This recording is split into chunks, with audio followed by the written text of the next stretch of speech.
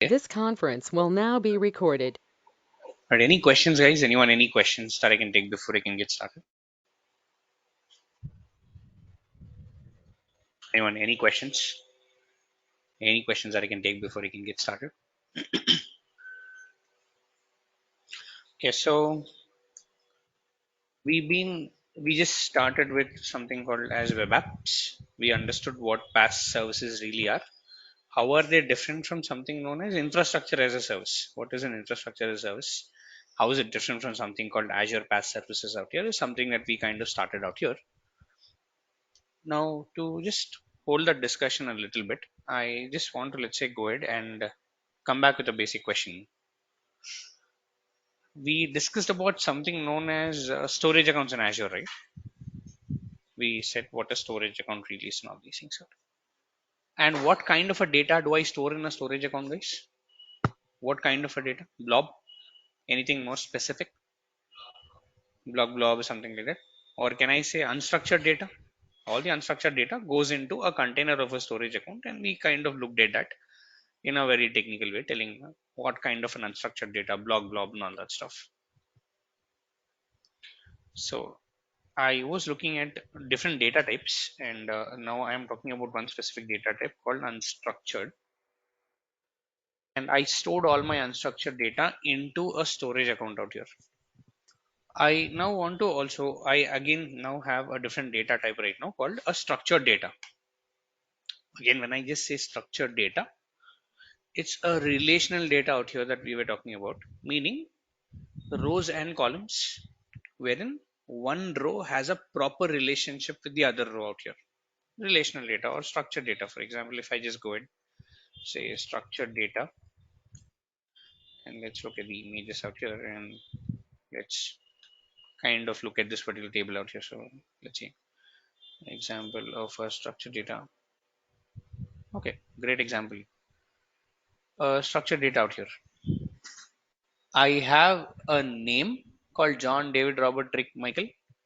I have their ages out here, and I have the degree that they hold. A very classic example or a very simple example, let's say, of a structured data in the form sorry, in the form of tables and columns out here. Now, if I tell you that, can you please get me all the students with a BSc degree whose age is not more than 20? Can you identify by this particular table, telling that it is something like John and also Michael? Because you are now able to do a query, meaning you're querying this data. You're telling, okay, fine. I gave you a statement telling that, you know what, I need a student who holds a degree, or I need all the students who holds a degree called BSc. You said, okay, fine.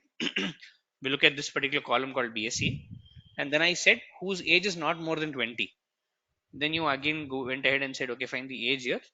And based upon this, you were able to identify the names telling it is David and Michael. Oh, sorry, John and Michael. If I go ahead and say, okay, fine, there is a student called David, you be able to tell me what is his age and what is the degree? You will be able to, because this row of information relates to this row of information out here, meaning each and every row is, let's say, having a very close relationship with the other. And now I am now asking Azure that, you know what, I have such a kind of a relational data, wherein in my case, let's say I am an institution, I am offering different courses. I just have information like, you know what, the serial number, name of the course, and the rating of a course. I'm now telling, you know what, I want to store all this information in Azure. And now Azure is telling, you are talking about something like a structured data out here. You're talking about something known as a structured data out here. And you need one specific service for a structured data. And that's where I am coming down to a little bit of DBMS, database management systems, which are specialists to hold something known as a structured data. And again, you have different kinds of databases that are on the offer, like SQL, MySQL, Cosmos, Mongo. You have a lot of things out here. But one specific thing that I want to focus on today's session is that can I go ahead and create something known as an SQL database in Azure and hold some data inside that particular SQL database out here? This is what I want to do. That's where I'm coming down to SQL as a concept from an infrastructure perspective. I'm not looking at this from a database perspective. If I'm looking at this from a database administrator perspective, then I need to understand the language of SQL on how to, let's say, write something called as an SQL query, source query language query out here. But now I am looking things from an Azure infrastructure perspective out here, and I'm now asking question to Azure that what, can I go ahead and create something called as SQL server or SQL databases in Azure? Azure says yes, you can definitely go ahead and create. Tell me what kind of an SQL do you want? Do you want an SQL that runs on a virtual machine, infrastructure as a service, or do you want an SQL that is platform as a service offering? Again, two kinds of things out here. Same thing. If I come down to Azure and say, what, I want to host my applications, Azure will tell you I can give you a virtual machine or I can give you a web app. If I ask the difference, one is an infrastructure as a service where you need to go ahead create everything and all these things out, virtual machines and everything. The other is a platform as a service where you can just say, what, I need this SQL server and all that stuff. Same way, when you create a virtual machine in Azure, right? And when you select something called as an image for this particular virtual machine, let's say in my case, I'll just scroll down. There is this image. If I say see all images, it will give me something like Microsoft Server, Windows Server, Ubuntu, Windows 10 and everything. And if I just scroll down and if I just search for something called SQL, there is something called SQL Server 2019, SQL Server 2022, SQL Server 2017, SQL Server 2019, Express, HANA, SAP HANA, a lot of things out here. Just depending upon the kind of workload that I need, I can select one of the images out here and then create a virtual machine and deploy something known as a SQL Server image and then store all my data inside it, which is an option what a lot of companies are not going for these days. SQL Server hosted on a virtual machine is an option a lot of companies are not really exploring these days because this is an infrastructure as a service. Again, if you want to create something, you can just go here, select, say, SQL Server generation 2, and this is a SQL Server generation 2 image that you get, and the rest is the same. Give a user ID, password, log into that particular server, and then you can start, let's say, storing all your data inside this particular SQL server out here as such. But again, this is something that I'm not really, let's say, going into because this is something which a lot of companies are not really, let's say, going ahead and creating out here. I want to explore the option of a SQL pass offering by Azure. Azure SQL pass out here, for which if I come here and say SQL, then Azure is telling, what, you can create something called as SQL databases, SQL servers, SQL server registries, SQL virtual machines. The one that we just saw is the SQL virtual machine out here. Today, what I want to do is I want to go ahead and create a pass offering for an Azure SQL server. Pass offering out here. And if I want to create SQL and if I want to hold the data inside the SQL, I'll need to create two different components out here. One is called as an SQL server.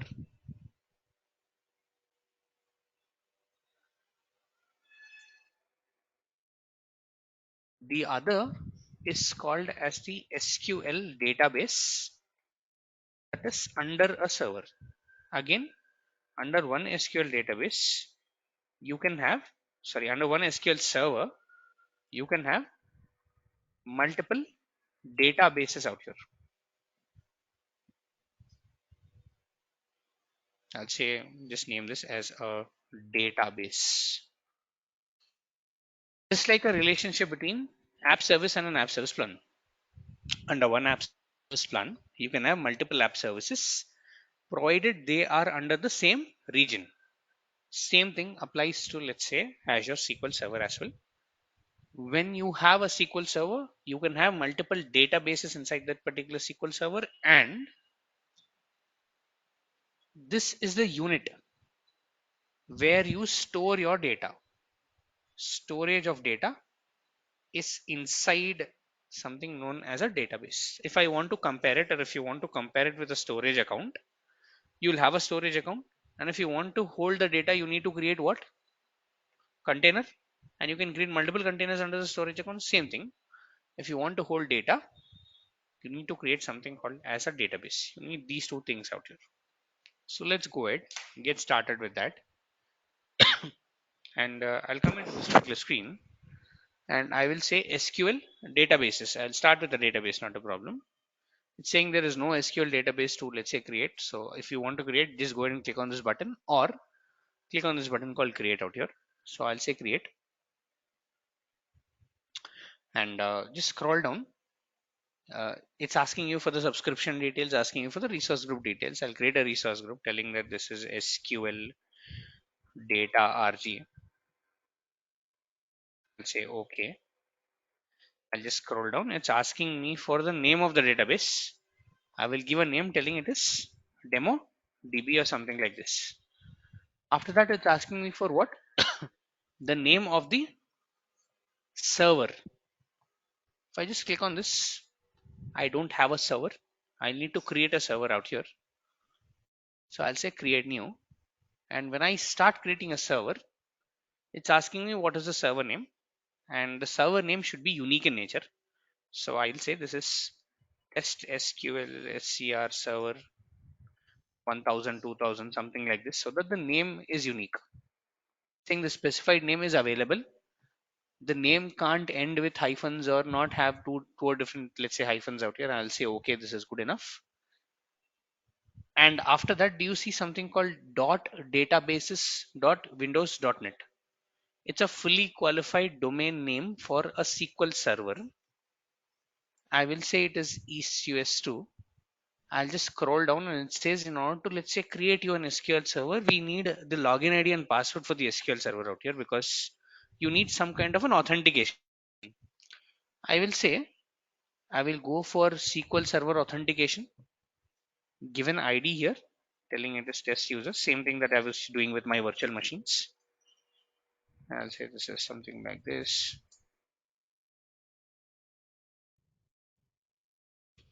I'll say okay. So I'm giving the name of the SQL server, I'm giving the ID and the password, and once I say okay out here, it is now telling me one more question here, telling do you want to use something called as an SQL elastic pool. We'll talk about what elastic pool really is. For now, I'll say no, I don't want to use something known as SQL elastic pool. I'll just scroll down. It's asking me, is it development or is it production? I'll simply say, you know what, it's development. I'm just trying to, let's say, try out something out here. Just scroll down. It's now asking you what kind of a compute and storage that you want. Meaning, what is the capacity of your SQL server that you want to go for? And if I say configure database, now it's telling me that I will give you something called as what? A general purpose database out here. And the cost and the maximum data that you can store here is what? 41 GB or about 50 GB out here, 9 GB reserved for the system. Now it's telling for each and every GB, I will charge you what? 8.29 rupees per a month. And then it's telling estimated cost per a GB, estimated compute and etc.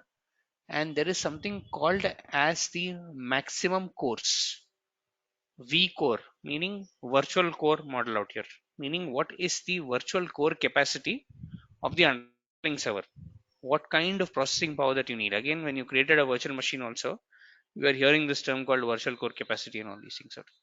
Again, if I go for, let's say, something like 10 core or something like this, even my cost increases out here.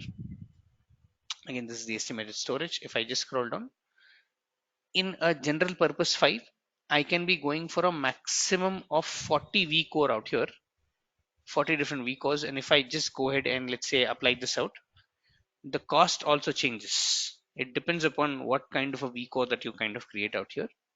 But in my case, I do not really need so much of capacity. I do not really need 50 GB of data to do a demo. I'll rather go for something called as a basic model out here.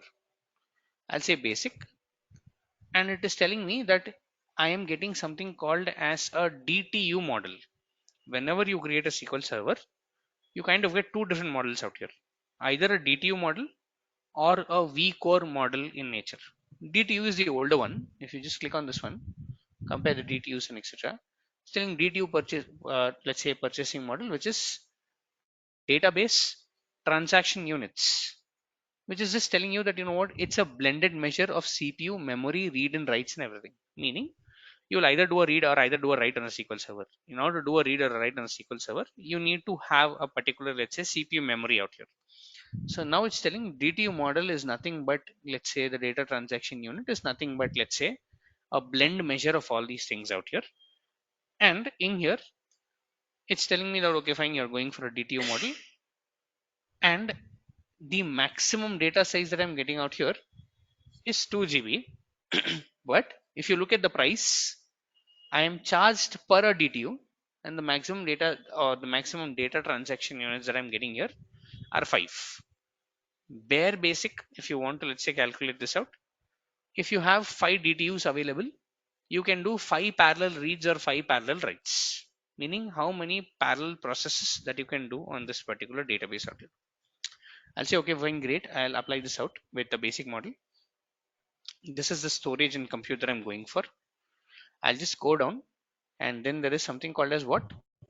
Backup storage redundancy. LRS, ZRS, GRS out here.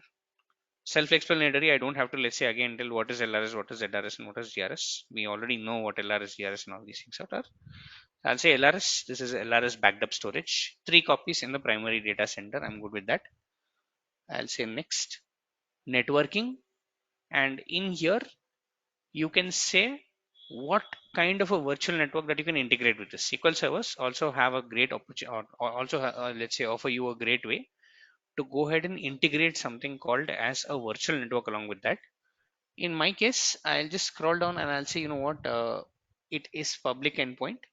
I need to have access, and I will say here that allow Azure services to access this particular, let's say, server, meaning you have a web app. Can the web app talk to this particular server? Yes. If you have a virtual machine, can the virtual machine talk to this particular server? Yes. If you want them to, let's say, talk to it, say yes out here. And there is something called add my current client IP, meaning I am working on a particular IPv4 address. And if I want to allow myself to go ahead and talk to this particular SQL server, I will say yes out here. I'm saying yes and yes for both of them. And the rest of these things, I'm just leaving it the way it is. I'll say next. Security, I am not, let's say, starting with any kind of a security out here, going by all the default options. I'll say next. Additional settings also, I'm not, let's say, disturbing anything out here. And I'll say review and create. So all I'm doing is when I'm creating a SQL database out here, I'm telling what is the name of the SQL server, what is the ID and what is the password, and what is the kind of, let's say, database model that I need to go for. Is it DTU, is it vCore? I selected it as DTU so that I can minimize the cost out here, and I'll say create this out. So now I'm creating two different things out here. One is a SQL server and the other is a SQL database. Again, you can create multiple SQL databases inside the same SQL server, provided the SQL database is in the same region as a SQL server is, which is East US2 out here. So now as and when I start this creation, the first thing that will get created would be my SQL server. After that, I will have a SQL database that is getting created out here. So the SQL server and just one database out here that gets created.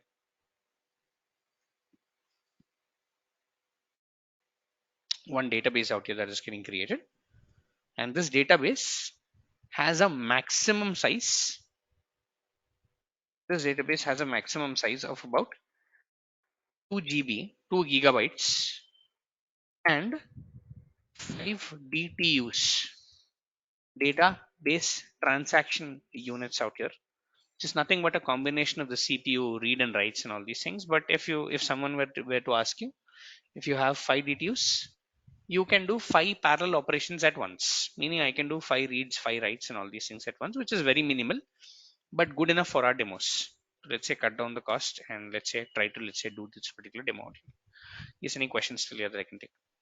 Again, this will take some time to go ahead and let's say go ahead and create these particular SQL server in the database out here. So until then, any questions still here?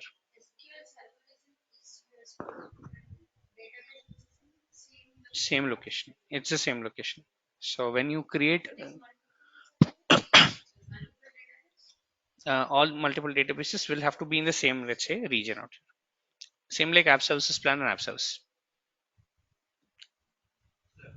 Good, please.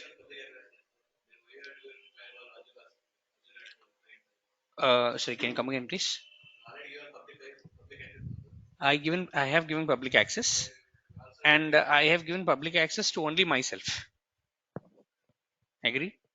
I said public access, but I am telling that it's only limited public access. It's not everyone. It's only me. If it's only me, then my Azure services won't be able to access it. That's the reason I went ahead and I said, please allow Azure services to also access this out.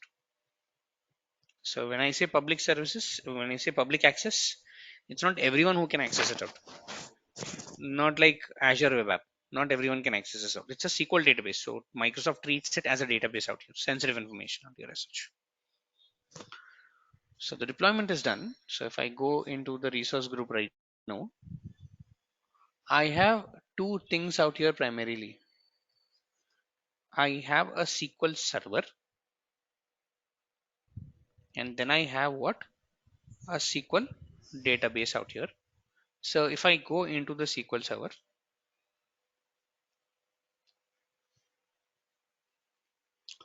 I have things like what is the status of the SQL server available, the resource group, yes, the admin user, which is called as what?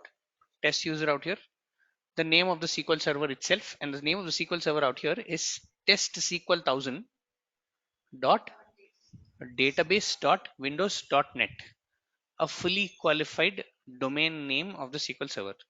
This is nothing but backend. It's a virtual machine that is running. The virtual machine will also have a public IP out here. So this is nothing but a fully qualified domain name of the SQL server. The subscription that I'm into, Visual Studio Enterprise subscription, the subscription ID that I'm into out here as such. If I just scroll down in settings, there is something called DTU quota, and I have around 5 DTUs that are available. A maximum of 54,000 DTUs is something that you can do, but in a basic, I just have 5, and I'm not using anything. It's 0% out here. And also, if I just go to something called as SQL databases, I have a demo DB that is running out here. And if I click on this particular demo DB, it's saying this is demo DB. This is okay. This is demo DB out here. And there are a couple of options like, let's say, okay, there are a couple of options like copy this database. I mean, you can copy the entire database into a different server. You can do something called SQL restore. You can export the databases. You can set the firewall rules. You can delete the databases and all these things out here. But what I want to do right now is that I have a sample data. I want to place that particular sample data inside this particular, let's say, SQL database out here. This is what I want to do. And not to start working with that, I need to go into something called what? Query editor preview. If I go here, then it is telling you welcome to SQL database query editor. Do you wish to log in?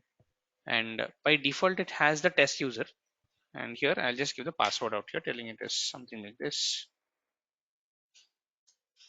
And I'll say enter. Then it's telling select a certificate. I'll just go ahead and say okay. And this will allow me to go ahead and do a login inside the SQL database out here. Is any questions still here?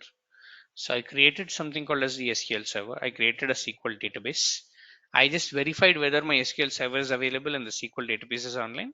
And once I did that, I am now trying to go ahead and log in inside this particular SQL server. Again, it might take some time to, let's say, go ahead and log in. And once logged in, we'll see what really happens out here as such. Is any questions still here? Anyone, any questions still here that I can take? Anyone, any questions that I can take till here, online, offline?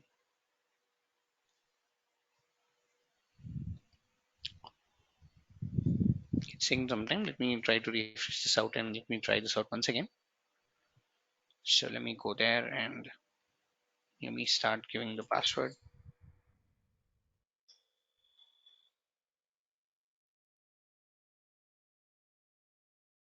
And let me try establishing a connection with the SQL Server. Again, this is a preview feature, guys. It's slow. It is expected to be slow. Sometimes it takes a lot of time for you to, let's say, go ahead and log into it. And just like we had, and we have logged in right now, and just like we had something called Storage Explorer, we had the same thing on the portal as well, and we downloaded something called Storage Explorer as such. And if you want to, let's say, take the full functionality of the SQL Server, again, as a DevOps engineer, you will not really go and write queries. So that's the reason I'm not really getting into that one. But if you want to, say, go and take the full capacity of a SQL Server, download a tool called SSMS, SQL Server Management Studio. Again, a tool by Microsoft. Just go here and you can say free download of SSMS out here. And again, it's a very big tool out here. Once downloaded, you can simply go and install this out. And once installed, I'll also show you how to connect with SSMS out here. Again, I do not have SSMS with me. Even I have to install this out. So I don't have really SSMS with me. Even I have to, let's say, go ahead and install this out. So I'll install this in the background. And once it's installed, I'll also show you how to use that particular tool out here. Same like Visual Studios. It's like same like Visual Studios out here, a product of Microsoft. Again, this is optional, pretty optional in nature. If you are able to, let's say, go to the portal and go into the query editor and talk to the SQL Server, I'm good with that. Because all we need to do is just, let's say, go ahead and inject some data inside this particular SQL Server out here. So I'm inside the SQL Server. I logged inside the SQL Server out here by using the test user and the password that I created while I created the SQL Server out here.